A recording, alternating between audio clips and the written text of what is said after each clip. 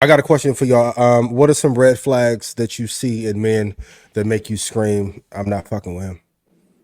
Bad shoes. You say what? What'd you say? Bad shoes. She said bad shoes. Bad shoes, bad teeth.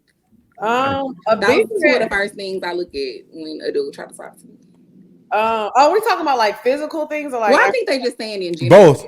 Both. Okay. Yeah. I think for me, like one thing that I always ask is like how their relationship is with their mother. And I don't try to be judgy, but it definitely makes a big difference. I think what I have noticed, I'm not putting this on all men, I'm not at all, but what I've noticed with my dating experience, a lot of men who have troubled relationship with their mother, they're not even trying to fix it.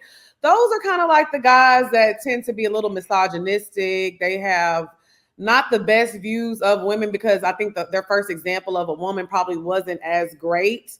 So I think a lot of times that's kind of like something I'm like, okay, let me gauge him by how his relationship is with his mom. Well, yeah. That brings me to, because I know when I had first met you guys and Chad was telling me like y'all was, because y'all come from under the 85 South umbrella, and obviously their audience is dominated by men for the most part, right? Mm-hmm. Y'all was getting a lot of like, what is it? What's the blue pill or red pill? Ian, what's that? The incel men. The incels. Oh, y'all was getting the incels. Okay, we was getting a lot of incels. Yeah. What is it? Still do. Okay, what is an incel? And talk about that whole experience. Well, an incel is like an involuntarily celibate man. I feel like they can't bag nothing. I feel like a woman can be an incel too, though. It's not gender specific, but usually it's men that just hate women. Like they'll find any little thing wrong. Like me and Lex could say the sky is blue, and they're gonna be like, no, it's turquoise.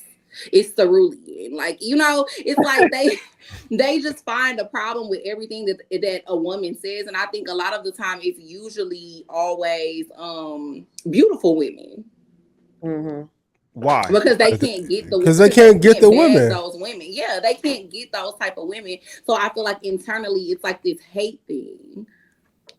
And to add on to that, I think they try to put a ceiling on beautiful women as well. I remember watching a Halle Berry interview that she did a while ago, and she was saying how hard it was for her to break in the industry and how she kept getting the same type of roles and nobody took her seriously. And they were always telling her because she was too beautiful. Like agents would straight up tell her, it's because you were too beautiful. You look too, yeah. I think when women are beautiful, they don't expect them to be intelligent. They don't expect them to be funny. They expect them to look good. So I think with us, we made a point of like how like a guy will tell a joke like about some breasts or something, and it'll be the funniest thing you ever heard. And you'll see a beautiful woman tell the same joke with the same delivery, and they'll be like, "Oh my gosh, she's a whore."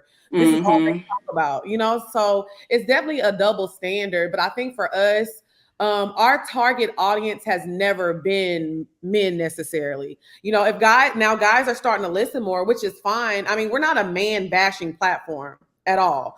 And for us, contrary to popular belief. Yes, right. So the people that watch the show actually know, and like I said, our male audience is growing now, but I think for a lot of men, the reason we have a lot of incels that watch our content and attack us is because we kind of put the mirror to them. We put the mirror up and they don't like that.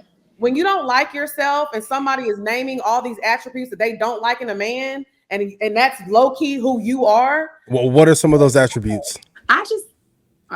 Someone who isn't ambitious, someone who's walking around with 3-4 baby mamas and not taking care of their kids. Like we put these type, but at the same time, we talk about the women who, don't want to show up and bring nothing to the table, but they expect Chanel bags. We give the same energy for everybody. But of course, everything that goes viral when we're talking about the men and the women don't get offended. They be like, you know what? I hear you, Lex. I hear you, Drea. Let me get on my stuff and let me start grinding and working harder. But the men will be like, oh, y'all just want to use men and use us for our money. You don't have none. You don't have any. Like, what are you talking about? Do you think this is a black issue though? Do you think, because people were saying like it's only black women and black men that fight publicly, like even the term strong black woman and all of that is a divisive. So do you think that this is a black issue that we have to kind of figure out as far as the battle of men and women? I don't necessarily think it's a black issue.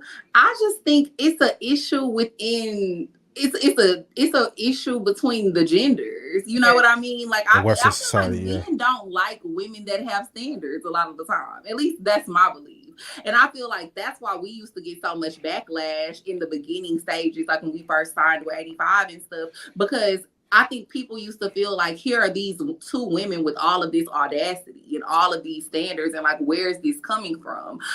I think people like to get away with doing the bare minimum. And I feel like, we were never okay with that. Now, looking back, because we actually had a conversation about this the other day, looking back on some of the standards and some of the shit that we used to be saying, it was very like, it was like, where are you getting the gall to say these things? Such as, like, I have to ask.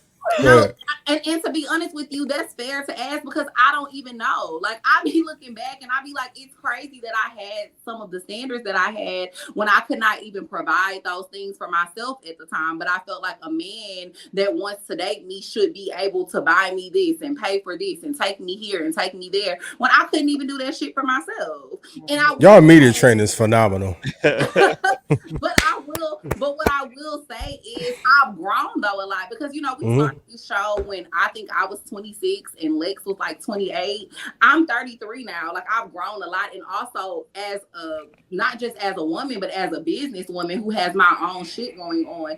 And I feel like now I can require the things that I require because I can do it for myself. But back then, it was a lot of, I think, I definitely felt that way. I definitely did feel the way that I used to say I felt. But I also feel like it was also me seeing other people as well. And like seeing what other people are, so looking up to other relationships. You was influenced by social media, by music, and that gave you a false perception of reality to make it seem like, yo, you gotta take me on a trip, you gotta do this, and then you kind of realize that that's not a realistic expectation to have. Well, the crazy thing is, I won't necessarily say it's not a realistic expectation, because I feel like because I had so much audacity, I done had some crazy shit happen to me and have gotten a lot of the things that I wanted because I was bold enough to, like, I guess you could say, demand it. But I just feel like it's not conducive for a healthy relationship, if that's what you're looking for. And I think that when I was younger, I didn't really care so much about being in a healthy relationship and having like a serious relationship with somebody. I just wanted the things that I wanted. But now that I'm older and I do have a desire to be married, a desire to start a family, I just feel like you can't build a sustainable, lasting relationship having that type of ideology.